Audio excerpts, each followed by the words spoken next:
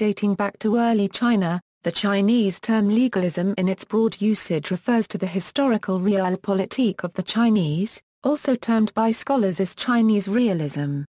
It was not a formal school, but a body of thought assessing common problems, usually concerning administration. The spirit of its content may be readily recognized by Western viewers through one of its kindred, the Warring States period's art of war. The academic term realist is used more broadly to refer to any reformer or politico of Chinese history with a politically realistic, rather than only idealist Confucian bent.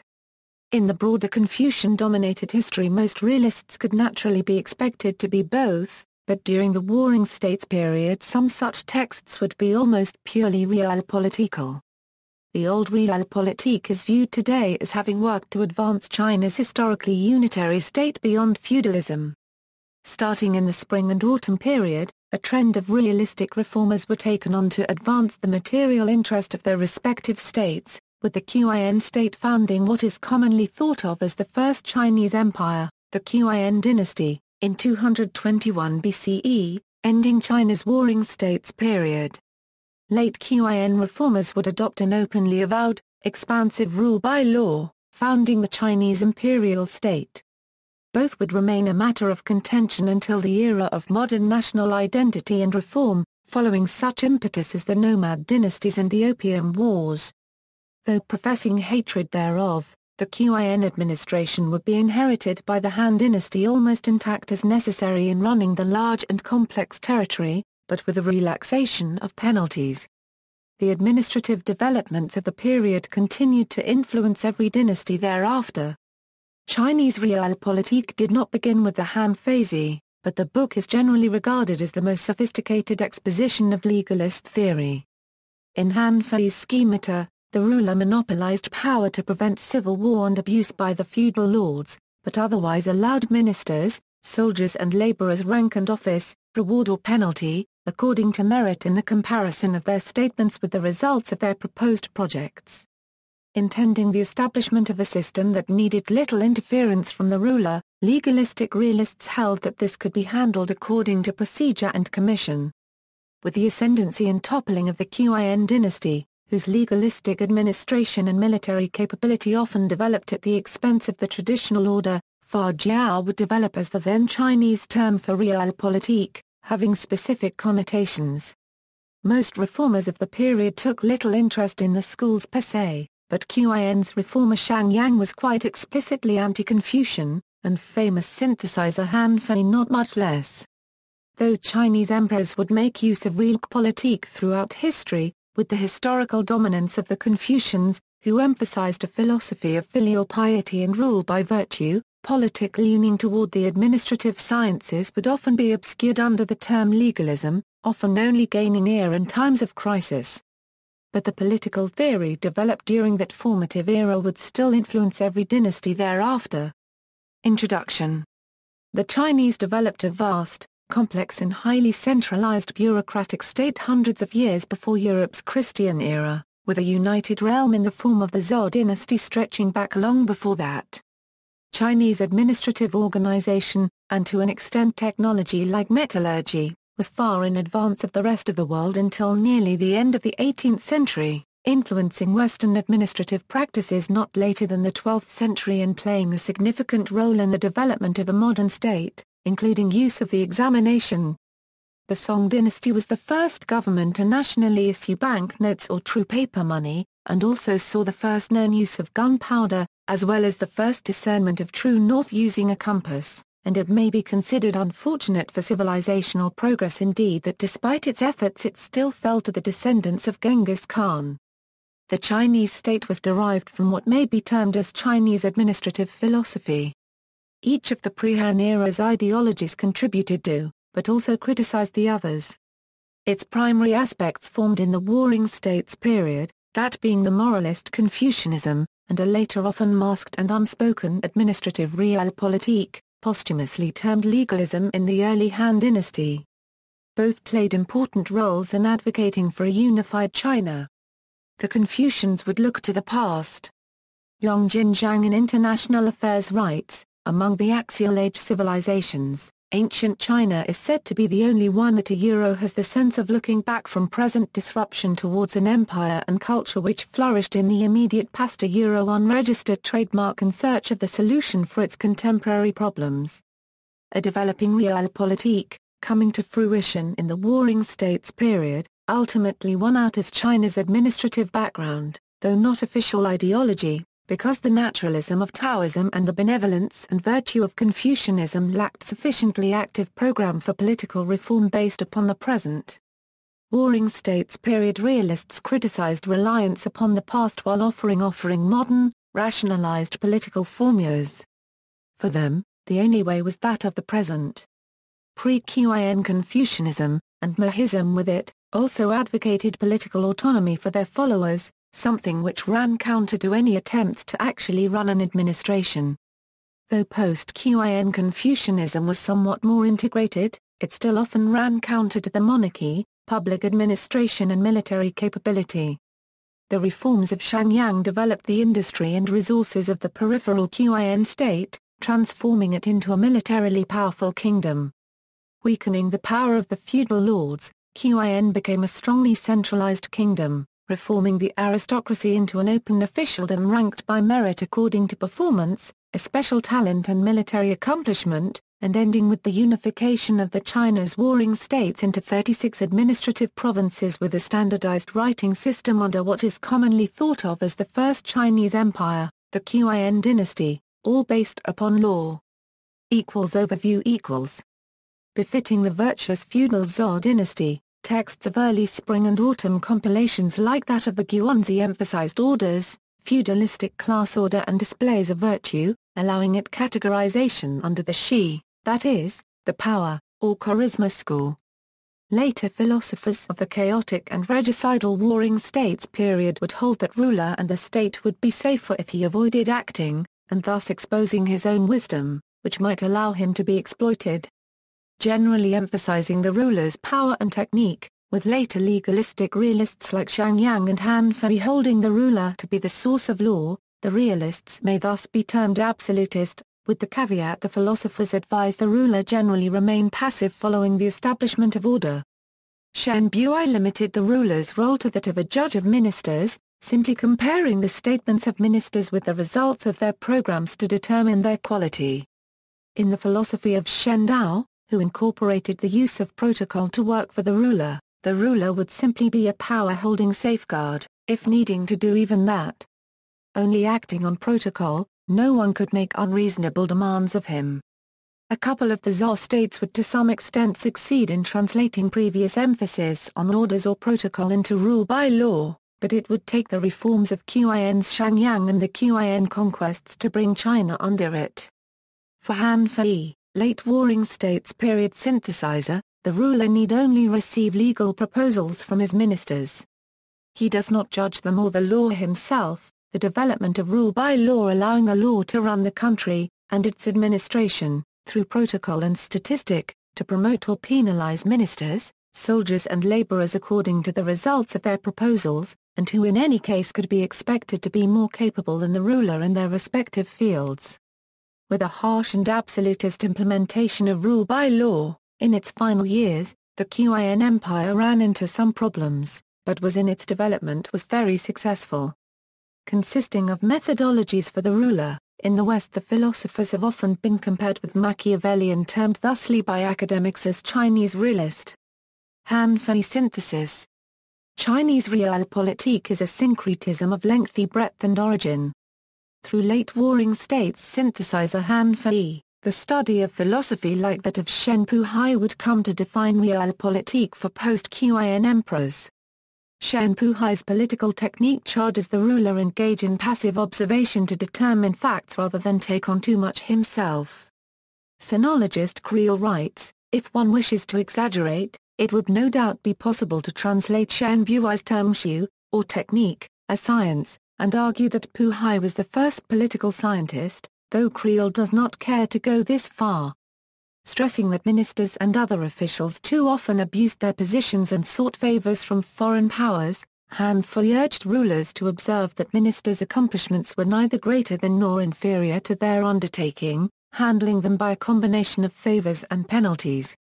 Using his monopoly, the wise ruler could extend courtesy to those beneath him and indulge the advice of ministers without danger to himself or the state.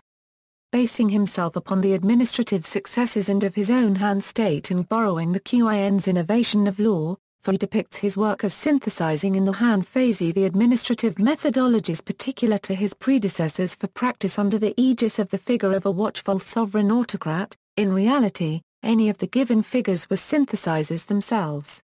Shi, reflecting the preceding Zhou dynasty's stability and means, this masculine character represents force or military strength, the appearances or influence of the ruler, and the state's situation or trend. In the philosophy of Shen Dao and other realist philosophers, the establishment of order and the sovereign's restraining hold on the state generates the stability necessary for any rule at all. The monopolizes authority in order to prevent its abuse by feudal magnates. In the Book of Lord Shang, a strong inherited position supports even an ineffectual ruler, while a competent ruler without position affects nothing. That being done, using his position the ruler could make use of intelligence like measurement and statistic to grant reward or penalty impartially. Chinese references to the square and compass actually go back to mythology, like that of Fui and Nuer. Shu, withdrawing from affairs except to survey the course of ministers, the ruler following the philosophy of Shenmue I uses technique, or special tactics or secrets to ensure that others do not gain control of the state, and obscures their motivations. Shenmue I's technique did not use threatening or force, law, reward or penalty, all of which may be unsuitable for the exercise of one man. Under the later Han Fei, obscuration of motivations translates into law enacted as the proposed policies of the ministers, then observed for outcome. By such means no can subvert the state through sycophancy toward the ruler, but may only try to advance by heeding orders and performing meritoriously. Shu is the aspect of Chinese Realpolitik most frequently related with Taoism through one of its associates Wu Wei, or non-active action. Fa has a historically broader meaning than law, including standards and tools, but its most revolutionary application was by Shang Yang. The Book of Lord Shang emphasizes the use of laws to reward those who obey them and penalize accordingly those who do not, institutionalizing the standards set by the ruler and acting as a guarantor for actions taken. The late warring states Realists advised the ruler to generally use, if not hide behind the legal system to control the state. If the law is applied effectively, even a weak ruler will be strong, effectively regenerating the preceding principles. In the development of administrative methodology, Han Fei credits Yang with Ding Fa, a registered trademark Shi-cubed, or fixing the standards, which were to be written clearly, made public and applied throughout the state.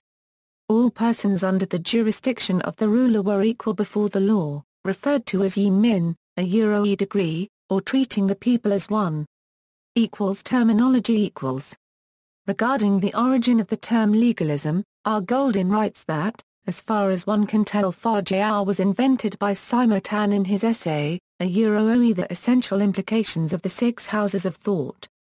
Sima Tan, a Euro unregistered trademark's aim was to sketch what he took to be the six main schools of pre-imperial philosophy, and then to show how the group that he called Daja incorporated the strengths of each of the other five, but without succumbing to any of their weaknesses. A Euro Sima Tan's definition, perhaps accurate for Qin's Shang Yang, reads that they are strict and have little kindness, but their alignment of the divisions between lord and subject, superior and inferior, cannot be improved upon. Faja do not distinguish between kin and stranger or differentiate between noble and base. All are judged as one by far. The anachronistic term still sees some use, but has a dubious academic reputation for only really being an accurate descriptor of Han Fei and Shang Yang. Famous sinologist Creel states that it makes an odd term for foundational realists of similar style whose methods make little to no mention of law as such, but whose contributions might be considered equally important. As Alan Rickett in Guomzi says, that term legalist has been used as descriptive of the writings and policies of earlier spring and autumn period reformers, even where realist, or realistic Confucian might make a better appellation. For the characters Fa, Jiao, Fa school, R. Golden points out that the translation legalism that far only means a euro or law a euro, but this is a grave error. It covers a much larger semantic range. The originating Muist canons explain far as instruments, including such three things as ideas, compasses, and circles. Even in imperial China, far tended to mean something more like government program or institution than law or euro, as in, for example, the failed Song dynasty green sprouts policy, Wang anti a euro unregistered trademark SC a registered trademark per mil CY cubed attempt to establish a government credit bureau. Han Fei says, an enlightened ruler employs far to pick his men. He does not select them himself. He employs far to weigh their merit. He does not fathom it himself. This being said, in its more general use, far is broader than any ordinary understanding of the word law. The content of Book of Lord Shang, arguably the most legalistic of the realist texts, is clearly realpolitical and not legal, and does not elaborate a legal code. Here is one passage as example. If the ruler likes law, then the ministers will make law their principle in serving. If the prince likes words, then the ministers will make words their principle in serving. If the prince likes law, then upright scholars will come to the front, but if he likes words, then ministers full of praise for some and blame for others will be at his side. The conventional view is that, even with the more legalistic realists like Shang Yang and Han Fei, law is one instrument amongst others in the ruler a euro unregistered trademark toolbox. Books that detail a code of law are entitled as such, namely, Li Qi's Canon of Laws or the Tang Code, which have a legalist philosophical background. With the success of the legalistic Qin state, by the late end of the period synthesizer Han Fei of Han combined earlier Realpolitik in his book, the Han Fei Zai, using the Qin emphasis of law as a base. In an early pro-Taoist, Han Dynasty comparison of ideologies, pro-feudal historians would coin the term legalism, defining pre-Han Realpolitikal developments as a warring states period school. In reality, most realist reformers took little interest in the moral and philosophical questions of the schools, and there was no school as such. Reformers' rhetoric was formulated for their patrons, not literary distribution. Emperor Wu of Han would establish Confucianism as an alternative to the feudalizing tendencies of the ideologically Taoistic court aligned with a very real semi-autonomous realm, one of whose more famous ideologians was accused of treason. Confucianism, advocating a rule by virtue, was established as the remaining official ideology whose bureaucracy shunned legalism. Legalist philosophy, categorized as having the aim of wealth and power, would be generally considered less cultured than pursuit of the classics. Until the modern era, open discussion of realpolitik would be generally resigned to the past, other than in times of crisis. During the Qing's taping civil war, writings by realist Confucian Fenguifan would convince the dynasty to establish its first modern shipyards. Early administrative developments philosophical background Inspired by the Zhou innovated mandate of heaven, some, like the Confucians, would come to see the decay as one pertaining to virtue, and advocate its practice among the disparate lords. The later Muists would advocate a universal fraternity.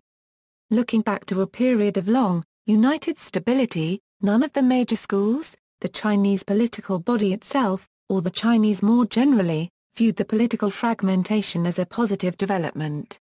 Believing that a sage or other restoration of order would result in the supremacy of their ideology, neither did any really believe in disputation. Rickett writes that all early Chinese political thinkers were basically committed to a re-establishment of the golden age of the past as early as propaganda described it. In trying to advance innovative solutions, some later legalists like Shang Yang of Qin would disavow the usefulness of the past. But though aiming at a new dynasty, Qin still practiced zoroastrial and considered itself a rehabilitator as such. Chinese philosophy more generally may be considered syncretic. More than any particular distinction, adherents considered their ideology to be the one that ought be adopted by the state because they considered their way to be higher or more universal in perspective. The defining Zhou ideation, heaven, represents such a unity. Pre-Han ideologies would make some comparison between each other during the turmoil of the Warring States period, but only really tried to demarcate themselves as distinct with the later arrival of Buddhism. Though not their focus, the early spring and autumn realists often related with morality, and administration with it, and did not quarrel with Confucianism. Warring States ministers Li Si and Han Fei Zai were taught by heterodox Confucian Zunzi who, rejecting the innate human goodness or morality of Mencius, emphasized the importance of education and ritual, which the legalists re-simplified into Fa. Like Confucianism, the later Han Fei also emphasized the importance of loyalty, though more in relation the sovereign than the family. It is a mistake to regard Chinese philosophies as constituting doctrines or dogma. Chinese ideologians held single-mindedness between knowledge, action, nature, and administration as their aim. The Chinese philosophies in general are properly understood as ways, and do not grant a distinction between knowledge and practice, often referred to as medicine. Though the works of realists achieve a high level of abstraction, their practices contradict each other if thought of as a doctrine, and must be understood as situational taos, or ways to run the state. Ultimately, as the first chapter of Book of Lord Shang says, there is more than one method, FC, to govern the world, and one should, in one's plans, be directed by the needs of the times. Shang prehistory equals. The terrain of China limited technological developments in agriculture, but on the other hand, especially in the south, would ultimately offer fertility much higher than that of Rome. However, the severe climate of the North China plain required careful timing. Through the king, imperial authorities declared when it was time to plant the crops, developing a calendar of 12 months of 30 days, adjusted from the older lunar calendar. Though not being more developed in agricultural technology, the agriculture of the Shang dynasty differentiated itself from preceding ages by its highly productive organization, contributing to the dynasty's power. The king appointed the governors of the sections of the state and owned all land, directly controlling many large farms that were worked and cleared by royal labor gangs, combining this grain income with that of tributaries. A rudimentary military bureaucracy was needed in order to muster forces ranging from 3,000 to 5,000 troops for border campaigns to 13,000 troops for suppressing rebellions against Shang dynasty. The well-organized agricultural sector supported an otherwise technologically innovative ruling elite, and besides their impressive bronze ware, which constantly imparted its influence on the Zhou, the Shang's writing system allowed for the organization of a bureaucratic government. Although the Shang depended upon the military skills of their nobility, Shang rulers could mobilize the masses of town-dwelling and rural commoners as conscript laborers and soldiers for both campaigns of defense and conquest. Aristocrats and other state rulers were obligated to furnish their local garrisons with all necessary equipment, armor, and armaments. The Shang king maintained a force of about 1,000 troops at his capital and would personally lead this force into battle. Though Zhou territory would be established as larger on the whole, in consideration of military defeats Ally Zuekn of Eastern Zhou and Qin civilizations writes that, when compared with the rule of the Shang, the later Zhou rule actually was not particularly successful. But it succeeded in the innovation of the enormously popular Mandate of Heaven, basing their legitimacy on a proclamation of virtue. Zhou rule would carry along stable feudalism, which together with its propaganda would be remembered as a golden age. Zhou origins equals. Chinese political development began long before the formalized order Qin. Early Zhou dynasty documents, not generally referenced as legalist, also emphasized the use of reward and penalty characteristically associated with Lord Shang and Qin of the later, bureaucratizing Warring States period. Mark Edward Lewis writes in Early Chinese Empires, a basic innovation in classical China was the invention of the figure of the emperor. He was not merely the supreme ruler, chief judge, and high priest but the very embodiment of the political realm. Wu countered Zhou's crisis of legitimacy by expounding the doctrine of the Mandate of Heaven, which admonished the Zhou clan not to be negligent, while accommodating important Shang rituals at Ankang and Chenzhou. Though beginning to lose power to its vassals within 75 years of its foundation, the feudalistic Zhou dynasty, renowned for its prosperous stability, long and successfully relied on a system of less methodical interactions between the emperor and the then familial aristocracy, establishing the beginnings of a political methodology that could be built upon by later reformers. King Wu maintained the old capital for ceremonial purposes but constructed a new one for his palace and administration nearby at Hao. To maintain Zhou authority over its greatly expanded territory and prevent other revolts, he set up the feudalistic Fengyan system, posthumously termed as a combination of Confucianism and legalism. The Fengyan system enforced royal relatives and generals in the east, including Wang, Jin, Ying, Lu, Qi and Yan. Many of these became major states when the dynasty weakened. Its four occupations were the Shah, the class of knightly scholars, mostly from lower aristocratic orders, the Guanji, who were the artisans and craftsmen of the kingdom and who, like the farmers, produced essential goods needed by themselves and the rest of society, the Na-Cubed-Nji, who were the peasant farmers who cultivated the land which provided the essential food for the people and tributes to the king, and the Shao-Nji, who were the merchants and traders of the kingdom. People were not born into the specific classes, such that, for example, a son born to a Gong craftsman was able to become a part of the Shang merchant class, and so on. The Shangshi credits the fifth king Mu of Zhou with establishing the first systematic legal code. But though the Zhou initiated such things, with the decay of the Zhou line 500 years later during the time of the spring and autumn periods Confucius, there was still little actual statutory legal development outside central Zhou territory. In the spring and autumn period, a Qin king would still memorialize to heaven penalty as a ritual function benefiting the people. Realist Confucianism. In the spring and autumn period, officials began reforms in order to support the authority, states, and militaries of the kings, who began to solidify the sprawling Zhou realm into their own centralizing states. Areno of Indiana University writes, if one were to trace the origins of legalism as far back as possible, it might be appropriate to date its beginnings to the prime ministership of Guanzhong, chief aide to the first of the hegemonic lords of the spring-autumn period, Duke Huan of Qi, though like the more famous sinologist Creel, Rickett, writer of an English translation of the text, prefers realist, or realistic Confucian, and the text includes arguments favoring the inculcation of Confucian virtues over rule by law. Though the Guanzi actually preceded Confucius, Confucius only considered himself a transmitter of older values, of which the Guanzi partakes. The Guanzi suggests that much of the early spring and autumn reformers were more moralistic than later reformers, and did not have as much of a standardized or comprehensive code to rely upon, instead emphasizing things like the less systematized orders of the sovereign, or, for instance, the importance of the 5 classes as a basis for order. But the reforms of Guanzhong of Qi nonetheless applied levies and economic specializations at the village level instead of the aristocracy, and shifted administrative responsibility to professional bureaucrats. Rule by law equals.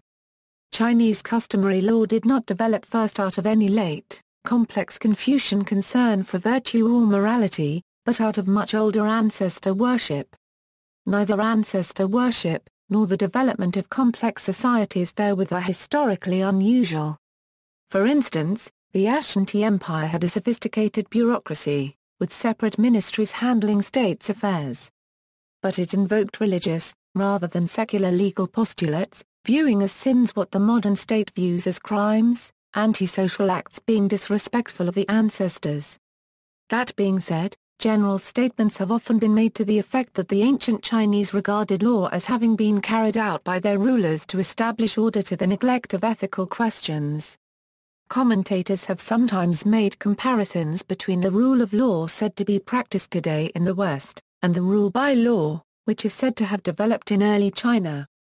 Like Confucianism or libertarianism, Western rule of law is typically portrayed as being based on ethical concerns, but also on the restriction of ministerial powers.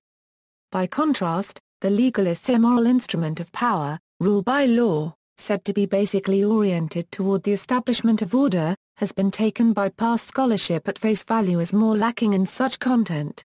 The University of Hong Kong's Chad Hansen writes, what most interpretive theorists assumed was that Chinese legalist thinkers argued for using punishment as a way to control the people.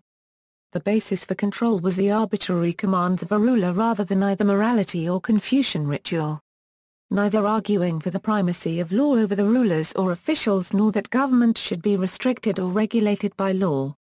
Focused as they were on strengthening and preserving the state, the respected translator of Han Fourier unregistered trademark's work in English, Burton Watson, following Arthur Waley, who said that members of the A-OE school of law were unregistered trademark A-O held that law should replace morality A-O and referred to members of the Fager as A-O where they moralists A-O, says regarding Fager, that they A-O professed to have no use for morality whatsoever A-O.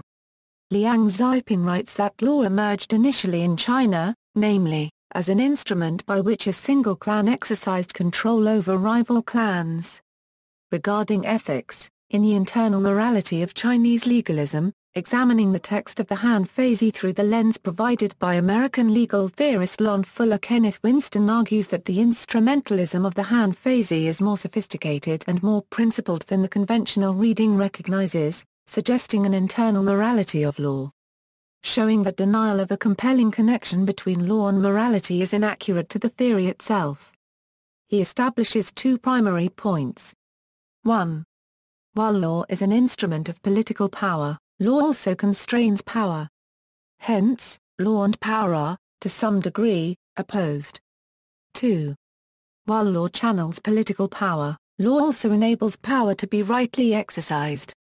Hence, law is a source of legitimation for the exercise of power. Though one would not call it a restriction of ministerial power as in the West, in ancient China civil procedure was originally a royal prerogative based upon a tradition of trying to make punishments that fit the crime.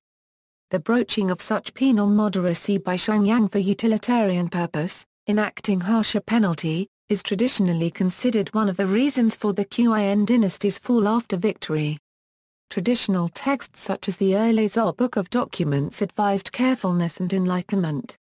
Returning to Kenneth Winston, he also writes that, actually, neglecting the legislative function, many mistakenly believe that judicial independence is sufficient for establishing the rule of law. Han Dynasty law did put procedure on such thing as criminal investigation, but in the Han Fei tradition or Tianxia more generally this may be understood as ordination that power be derived from the emperor through the legal code, rather than restriction as such. Ancient Chinese rule by law developed out of the codification of general royal promulgations backed up by force in order to achieve social order, and was ultimately not based upon any justification. Further considerations, being more basically oriented toward crime and fines, the later Han Fei did criticize rule by law like that of Shang Yang's for its lack of ministerial technique, which Fei's legal philosophy based upon the Han's Shenmue I. In the Qin era the legal code was very strict where it could be applied. One chapter of Han Fei's philosophy also allows that distant exercises of power outside the law, if profitable, be considered rewardable innovations, warranting promotion for the intelligent. After all, the emperor cannot very well expect to flexibly manage for circumstances on the far side of the empire at any reasonable rate. Later Chinese generals sometimes abrogated orders for their own judgments and could not very well be replaced for lack of anyone better suited to the job. In fact, despite the large numbers of applicants to the administration more generally, ministers or generals sometimes had to be drafted for what were otherwise considered unenviable positions, which the Han Feizi urges loyal ministers to accept. Alternative to such arguments, the Han Feizi advocates not allowing ministers to override their posts, and making penalty a monopoly of the law. Legalist texts like the Book of Lord Shang advocate the advancement of law to such a point as not to require middlemen, having villagers enact it, though such might just be considered rule by law at a lower level. Administrative expansion and feudal disintegration. During its expansionist phase, the hegemonic Southern Chu dynasty appointed officials to manage the territories rather than merely create fiefdoms, much to the opposition of its aristocracy. Though Chu would gain a reputation as an unruly and chaotic state, it was actually one of the stronger kingdoms, with an ancient respect for its centralizing royalty. The culture of the enormous state would play a major cultural influence in the succeeding Han dynasty, with figures playing key roles in the post-Qin Civil War, the Shang Yang uprising and Han contention, hailing from it, including the future Han Emperor Gaozu and the rebel leader Xiongnu. In 543 BCE, like Shang Yang 200 years later, the Realists icon reformed the central Zhou state Zheng on a legal basis, enacting a harsh criminal code. He cast the state's code of law in bronze vessel to be displayed in public as a demonstration of permanence and incorruptibility, a first among the Zhou states. Shang Yang would make similar such gestures, and like him search and reformed agricultural and commercial laws and changed social norms, and discouraged superstition. During most of the 7th and 6th centuries, the northern border state of Jin, a large, mainstay vassal of Zhou, was composed of an assortment of semi-independent city-states. While Chu was centralizing power through a rising bureaucracy, Jin continued to have a feudal power structure, with aristocratic families ruling individual counties. Succession issues were constant in Jin as far back as 7th century. Over the course of a few generations, the major aristocratic families gained enough power to undermine the ruling duke's authority, and fought each other and the Jin duke as much as they fought other states. In 546 BCE, conflicts between aristocrats and with the duke escalated and a civil war commenced. In 376 BCE, the states of Han, Hui and Cao deposed Duke Jing of Jin and divided the last remaining Jin territory between themselves, which marked the final end of the Jin state. Emergence of feudal restorative schools. In the purely theoretical sense, Goldin explains Simotan's definition of legalism as the view that kinship and social status should be disregarded by administrative protocols, which treat everyone equally and thereby elevate the sovereign over the rest of humanity. As in Chu, Chinese aristocrats more generally would bitterly oppose the promulgation of institutions. Besides Confucianism and its realpolitical variations, realpolitical schools like Mohism and factions of Taoistic Huanglao would develop in opposition to centralization. Areno of Indiana University writes, Fa ran counter to basic beliefs of the Zhou feudal structure, which aspired to produce orderly rules solely through the charismatic excellence of the aristocratic leaders of the state, in the manner of Yao and Shun. Huanglao texts like that of the Taoistic Huanenzi would emerge as the ideological backdrop to the early Han Dynasty feudal court, combining realpolitical commentary, including legalistic variations, with an even more hands-off approach, espousing their laissez-faire as avoiding the faults of the other schools. Following the rebellion of the Seven States, Emperor Wu of Han tired of them, favoring the Confucians. Muist advocacy for meritocracy. Mohism is best known for the concepts of impartial care. This is often translated and popularized as universal love, which is misleading as Mozi believed that the essential problem of human ethics was an excess of partiality and compassion, not a deficit in compassion as such. His aim was to re-evaluate behavior, not emotions or attitudes. The Muists formed a highly structured political organization that tried to realize the ideas they preached, the writings of Mozi. Like Confucians, they hired out their services not only for gain, but also in order to realize their own ethical ideals. This political structure consisted of a network of local units in all the major kingdoms of China at the time, made up of elements from both the scholarly and working classes. Muists developed the sciences of fortification and statecraft, and wrote treatises on government, ranging in topic from efficient agricultural production to the laws of inheritance. They were often hired by the many warring kingdoms as advisors to the state. In this way, they were similar to the other wandering philosophers and knights-errant of the period. Mo believed that the ruler should love all people benevolently, and select officials according to merit. He compared the carpenter, who uses standard tools to do his work, with the ruler, who might not have any standards by which to rule at all. The carpenter is always better off when depending on his standard tools, rather than on his emotions. Ironically, as his decisions affect the fate of an entire nation, it is even more important that a ruler maintains a set of standards, and yet had none. Should the ruler be unrighteous, 7 disasters would result for that nation. These 7 disasters are, neglect of the country's defense, yet there is much lavished on the palace. When pressured by foreigners, Neighboring countries are not willing to help.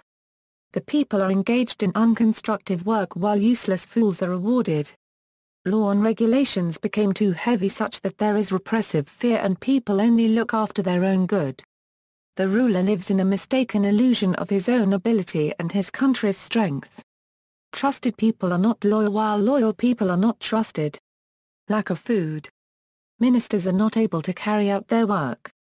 Punishment fails to bring fear and reward fails to bring happiness. A country facing these 7 disasters will be destroyed easily by the enemy. Cosmological developments The legitimization of regimes through cosmological narrative is very old, if not universal. In the European Middle Ages, Thomas Aquinas described a great chain of being that can be compared with the feudal order, stating that nature itself depended upon a labyrinth of obligations.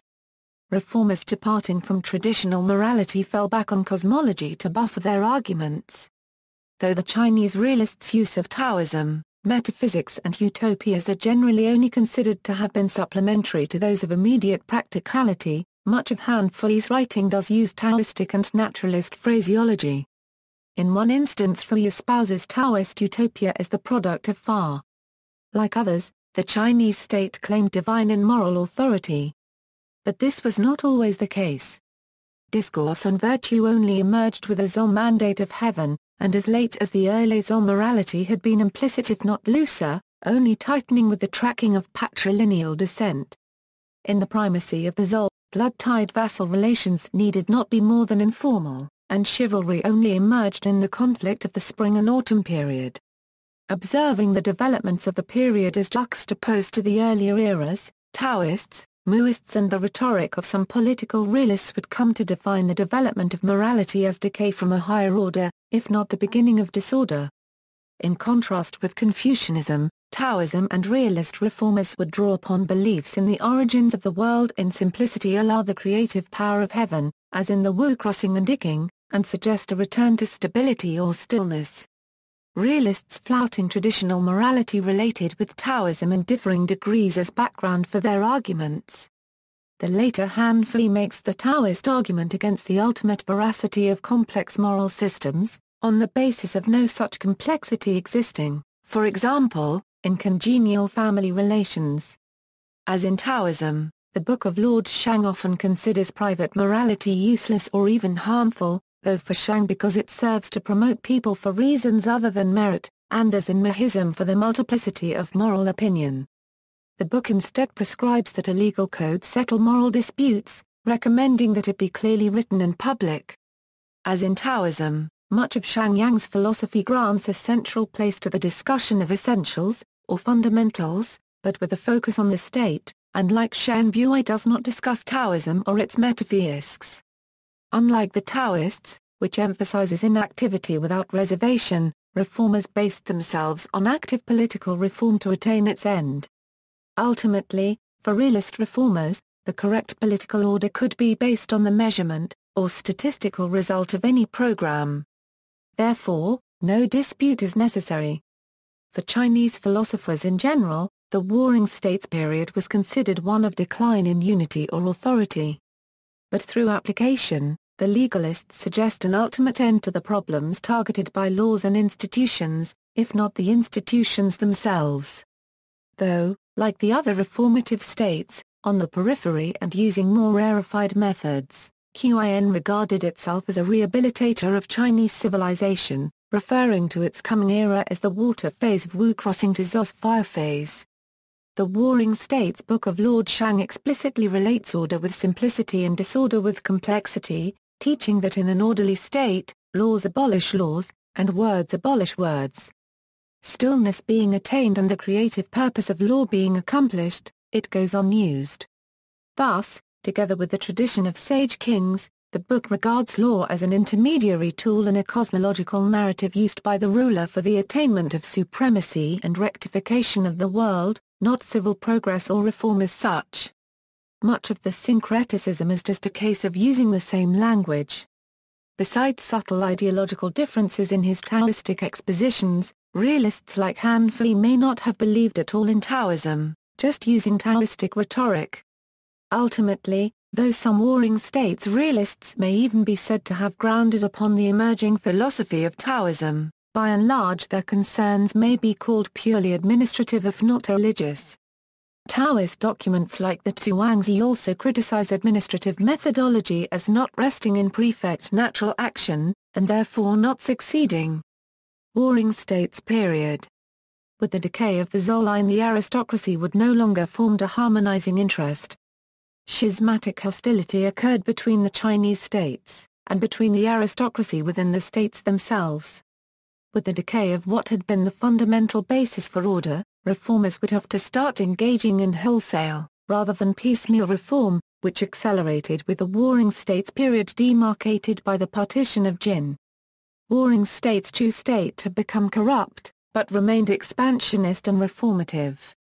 Many disenfranchised or opportunist aristocrats were increasingly attracted by the reform-oriented rulers, establishing political methodology for the management of bureaucracies.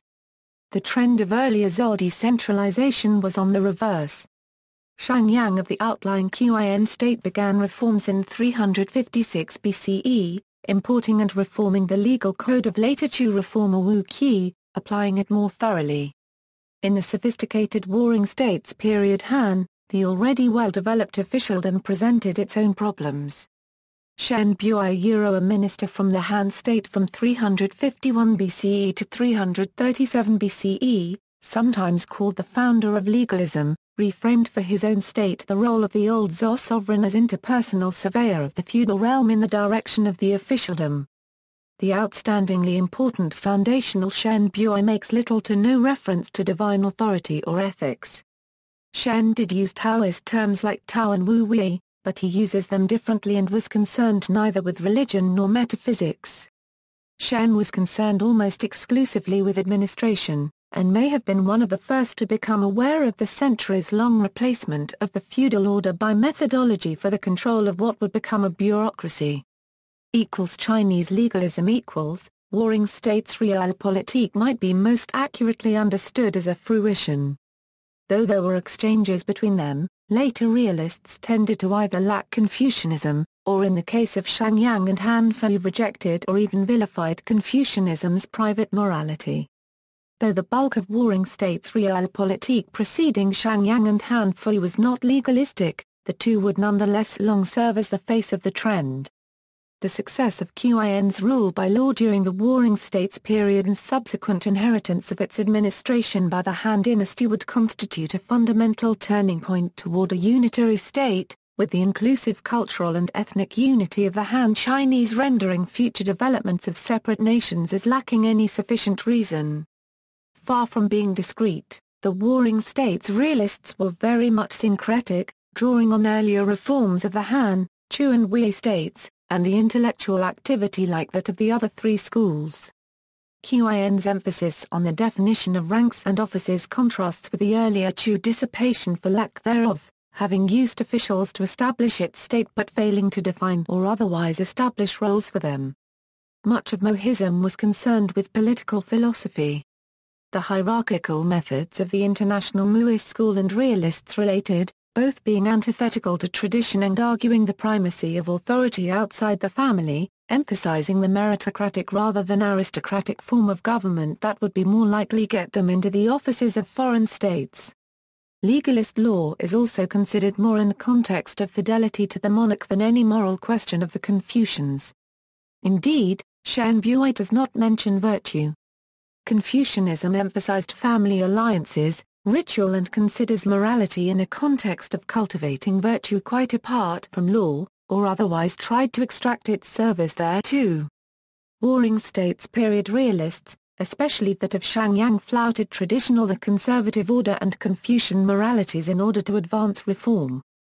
Sometimes considered foolish or unacceptable to state interests, legalists like Shang Yang restricted patrilineal descent to render such things utilitarian to the state, still using it in their reward schemata, particularly in the military. Shenmue I, tact and ministerial management R. Golding writes that Creel rightly emphasized that Shenmue I unregistered trademark's most important administrative recommendation was Xingming AA/A 1/2 telephone, or comparing an official unregistered trademark a performance to the duties implied by his oatightly and then rewarding or punishing him accordingly. Though considered by Creel a foundational realist, this idea does not presuppose a legal code or any legal consciousness whatsoever.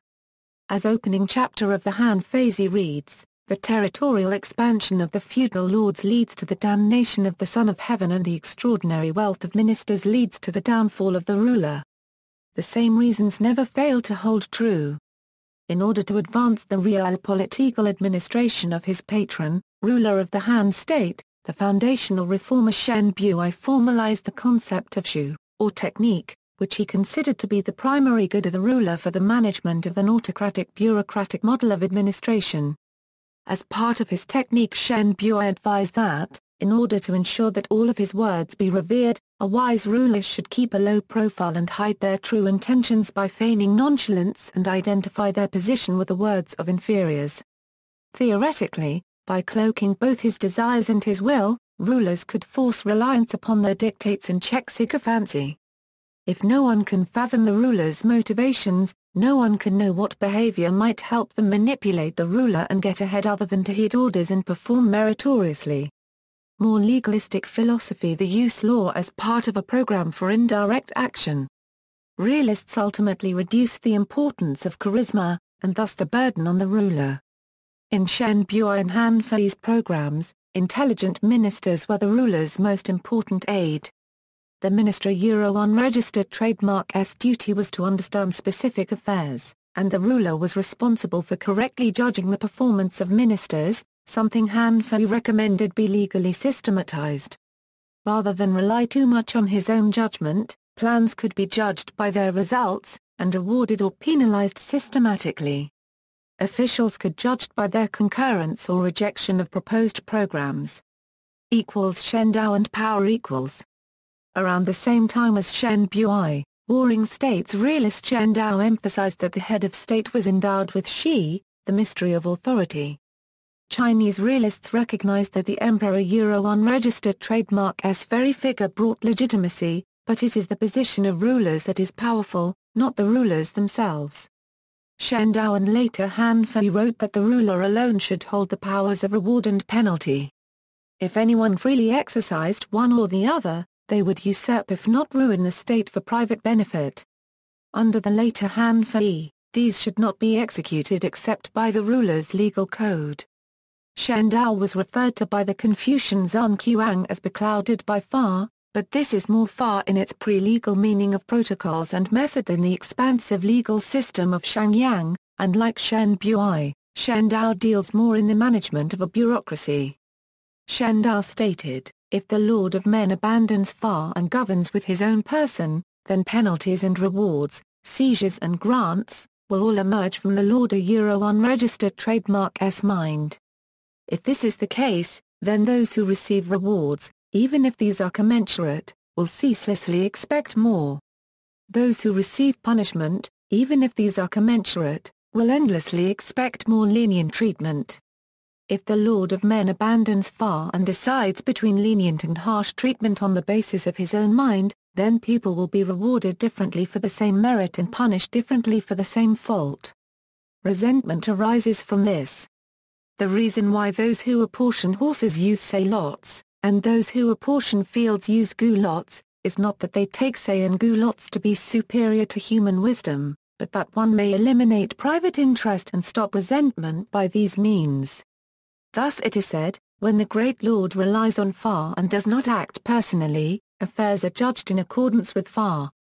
The benefit of fa is that each person meets his reward or punishment according to his due, and there are no further expectations of the lord. Thus resentment does not arise and superiors and inferiors are in harmony. In Shen Dao's context, much of his philosophy still meant military despotism relating with a feudal aristocracy, as was the case earlier. But in this he applied the use of statistical analysis of the trends, context, and facts in order to do so impartially. The ascertaining of such facts in congruence with the use of law and technique runs a common theme in realist texts. Shang Yang emphasizes that the ability to bestow reward and penalty depended upon the material development of the state, and that of the security apparatus. In Interdicts and Encouragements, the Book of Lord Shang states that the correct method for obtaining knowledge for reward or penalty is power and figures, the obtaining of figures being dependent upon the power of things, such as measuring tools. Reward and penalty require consistency. If no measurement is mandatory, no figure is obtained. Yang emphasized that at the height of Shi, the need for rewards is minimized, and things are made fitting by expounding upon the system, or penalty. With a solid system one might accumulate capital even without having acquired any particular talent, who could pose their own problems. Han Fei's The Two Handles. More than metaphor, many characters in Chinese have multiple meanings. One character for managers or governing, a 3/4 yard to the first, also refers to chariot driving. Pre-Han nobles used chariots to move about the then primarily infantry-based battlefield. The Zhou kings were known for surveying their realm by carriage, giving the term a connotation of xiash, or power and information gathering, which Han Fei and his predecessor Shen Dao recommend the ruler monopolize and which would be bureaucratized in the coming era. Phrases like the reins, or handles of the state are ancient in Chinese terminology for rule. As the two handles it is most famously used in the Han Fei Zai for penalty and reward, but similar terminology also occurs in other texts, for example the rights of Zhou and in the Hiananzi. The Han Fei term aabcng is interpreted in the English translation as the handle. But it may be more specifically translated as referring to the handle of one particular royal implement, the sword, or as a classifier for knives or blades, that being that which affords an advantage.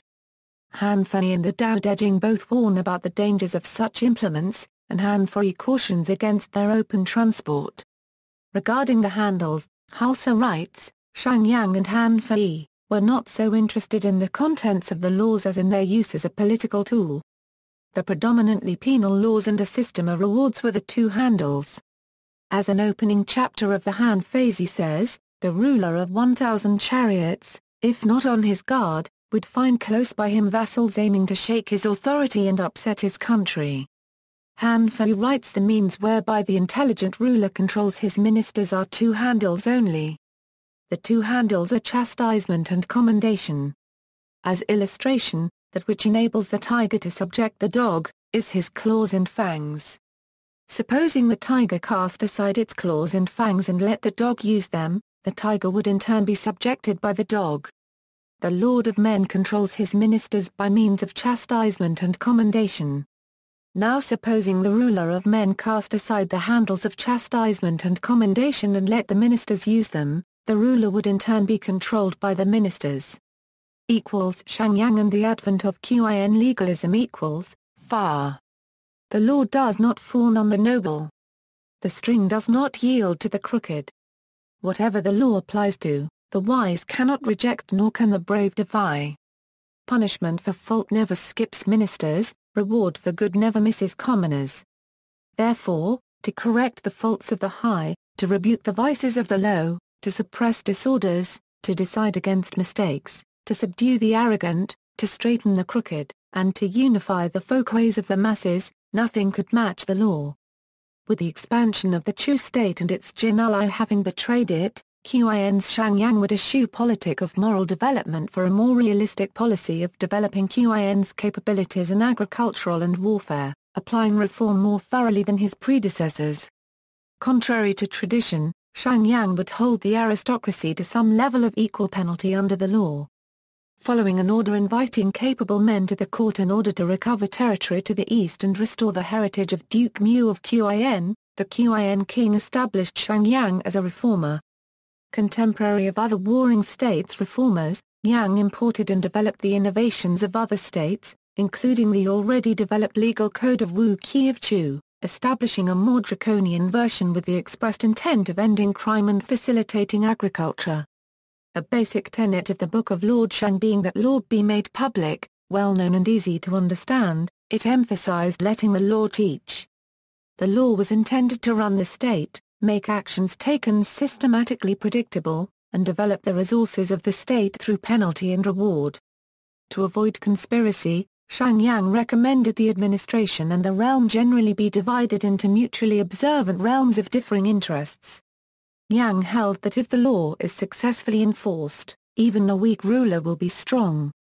To provide this benefit to the state, the doctrine of strict legal application in the Book of Lord Shang stresses that people under the ruler be made equal under the law, if not immediately then at least ultimately, if for no other reason than to enhance the authority of the sovereign. Following the book's doctrine of reward and penalty, people in Qin were granted rights according to rank. This was reform-oriented. Yang's legal code allowed the common people to gain in rank if they performed well. For example, soldiers would gain in rank according to the number of heads the soldiers collected. A soldier may even gain noble rank. A farmer could gain rank according to his grain. La One-Quarter Buey, originally a merchant, was able to become Chancellor of Qin, something that would never occur in the other 6 states which generally only gave higher posts to the well-connected. To encourage the development uncultivated lands, Qin being underpopulated, the book written after his policies prescribes the temporary abolition of taxes on new immigrants and the determination of land qualities for taxation, stating that even the lazy, the merchants, the criminals and innkeepers would turn farmers under the right conditions. Yang is said to have instituted generally the ability to buy and sell land. Such practices did not, during the time of the Qin, interfere with the system of title grants used in the government's merit-oriented officialdom. These could be sold, and money or grain more generally could use to purchase ranks, and thus posts and responsibilities. But the maintenance of higher aristocratic ranks and titles required military service if none other significant enough was performed. Accepting Yang's emphasis on the standardization of weights and measures, Qin rulers divided families into smaller households, and adopted, in varying degrees, the practice that no individual in the state should be above the law.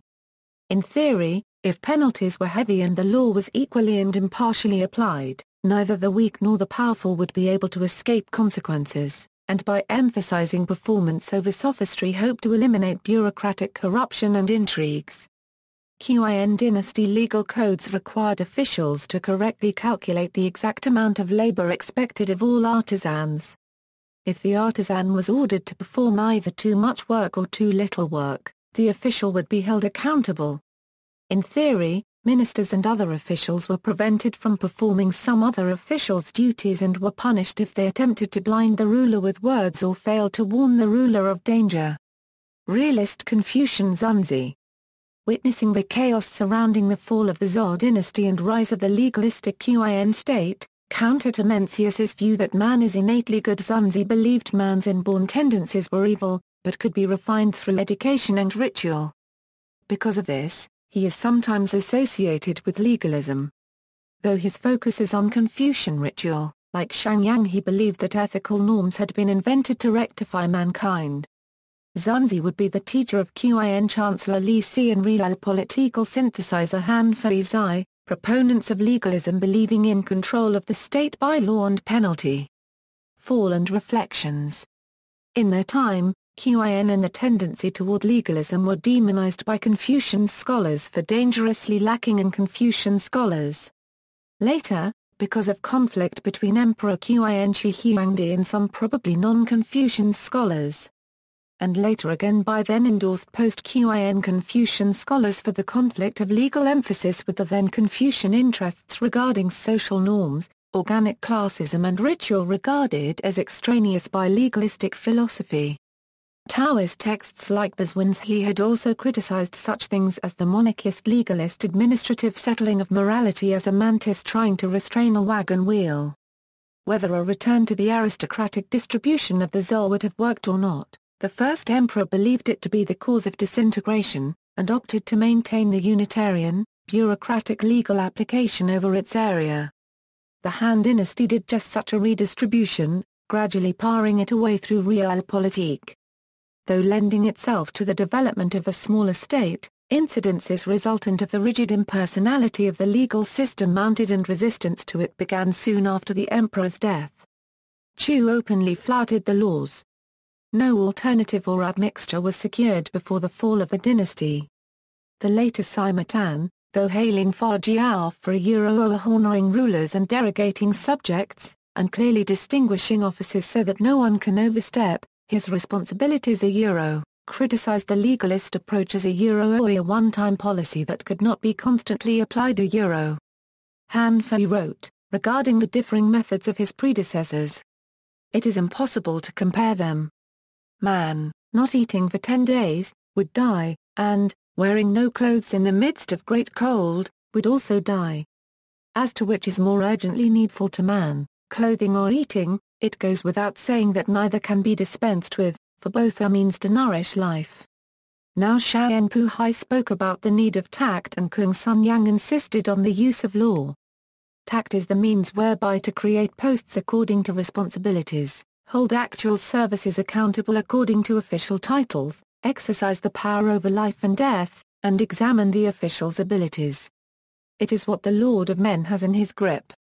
Law includes mandates and ordinances that are manifest in the official bureaus, penalties that are definite in the mind of the people, rewards that are due to the careful observers of laws, and punishments that are inflicted on the offenders against orders. It is what the subjects and ministers take as model. If the ruler is tactless, delusion will come to the superior. If the subjects and ministers are lawless, disorder will appear among the inferiors. Thus, neither can be dispensed with, both are implements of emperors and kings.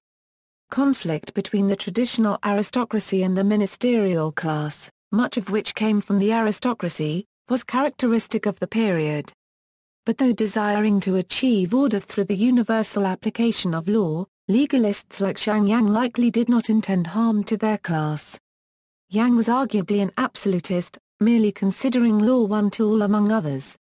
The meritocratic officialdom was connected with the ranking system considered aristocratic, acquirable through the military.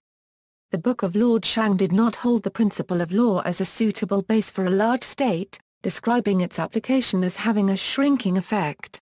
Yang likely did not envision the extent to which later reformers would attempt to make law a permanent feature if not revolutionary project.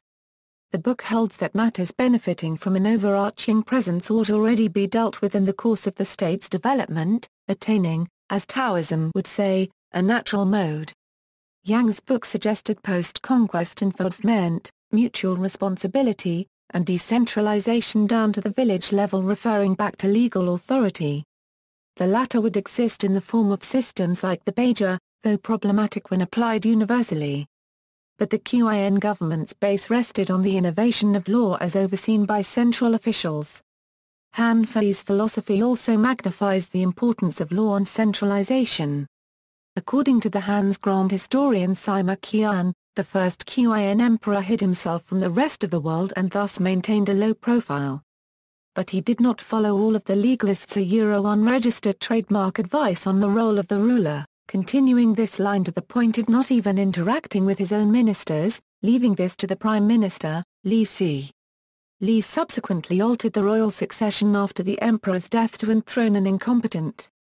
In a certain sense, following one of the philosophical premises for the purpose of law, this heir tried to cause the system to run itself by punishing bad news. Legacy and continuity equals.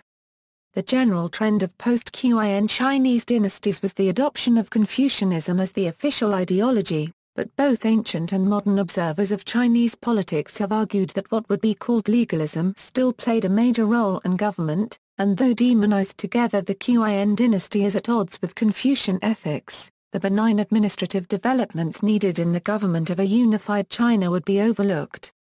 Qin Hui memorably glossed the reality of imperial China as Confucian on the outside, but legalist within.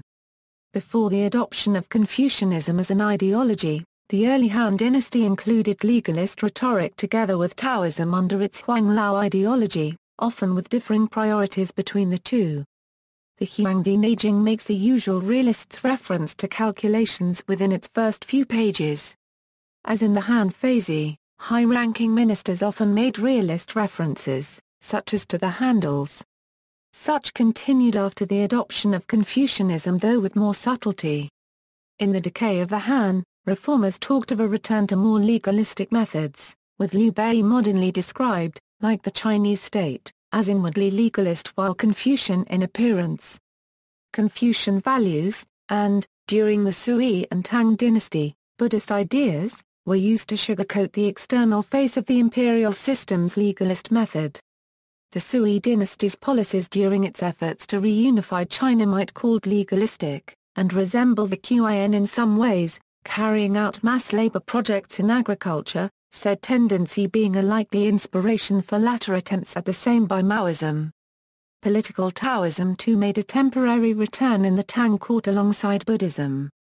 Like the Han with the Qin, the Tang government used the government structure left behind by the Sui dynasty, albeit with much reduced punishments. Modern revival those termed as legalists are referenced explicitly even in the modern era, with legalism and Confucianism having been a subject for contrast, debate and discussion by Chinese communists. The term is now sometimes used by modern scholars to describe policy later than that of the Qin dynasty, such as that of the Han, Hui, Shu Han, or Sui dynasties, even while they themselves may not have self-identified with the term. Maoists criticized Confucianism, detaching Confucian ideology from the state, and use of the term as a descriptor has significantly broadened, and is no longer considered so taboo. As communist ideology plays a less central role in the lives of the masses in the People's Republic of China, top political leaders of the Communist Party of the People's Republic of China such as Xi Jinping continue the rehabilitation of figures like Han Fei into the mainstream of Chinese thought alongside Confucianism, both of which Xi sees as relevant. He who rules by virtue is like the North Star, he said at a meeting of officials last year, quoting Confucius. It maintains its place, and the multitude of stars pay homage and Shandong, the birthplace of Confucius. He told scholars that while the West was suffering a crisis of confidence, the Communist Party had been a loyal inheritor and promoter of China unregistered trademark S outstanding traditional culture Han Fei gained new prominence with favorable citations. One sentence of Han Fei unregistered trademark S that Xi quoted appeared thousands of times in official Chinese media at the local, provincial, and national levels. More critically, Jing Kai of The Diplomat writes, the Chinese leadership does not indiscriminately copy existing theories from its ancient philosophies or the Western ideologies. Instead, the CCP consistently insists that all theories, institutions, and patterns should be weighed with regard to the real situation in China. Ryan Mitchell described Xi as a pragmatic legalist. In fact, pragmatism is a better way to describe ongoing changes in both China unregistered trademark as political and diplomatic practices. Scholars say Xi's new laws, referencing rule of law, provides a firmer legal framework for civil society and foreign NGOs. By comparison, contemporary India, also faced with issues regarding NGOs, simply revoked the licenses of 8975 non-governmental organizations for accounting violations as being harmful to the economy. Xi vowed to overhaul the economy, promote social equality, and build a fairer, cleaner legal system. Xi states, to realize the goals of ruling in accord with the law, we must uphold the leadership of the Chinese Communist Party, uphold the principal position of the people, uphold equality of all people before the law, uphold the combination of ruling the nation in accord with the law and ruling the nation with virtue, upholding the principle of proceeding on the basis of China unregistered trademark S realities. On February 25, China's state media began the widespread rollout of President Xi Jinping's new ideological directive, the Four Comprehensives. Comprehensively build a moderately prosperous society, comprehensively deepen reform, comprehensively govern the nation according to law, comprehensively strictly govern the party. According to a previous report by the International Business Times, this means divesting total, overarching disciplinary power from the central government, and allowing local courts to be supervised by local officials, establishing semi-independent courts to promote judicial independence and reduce interference by local party officials. References. Sources: W. Allen Rickett, Guanzi, Political, Economic, and Philosophical Essays from Early China, Creel, H.G.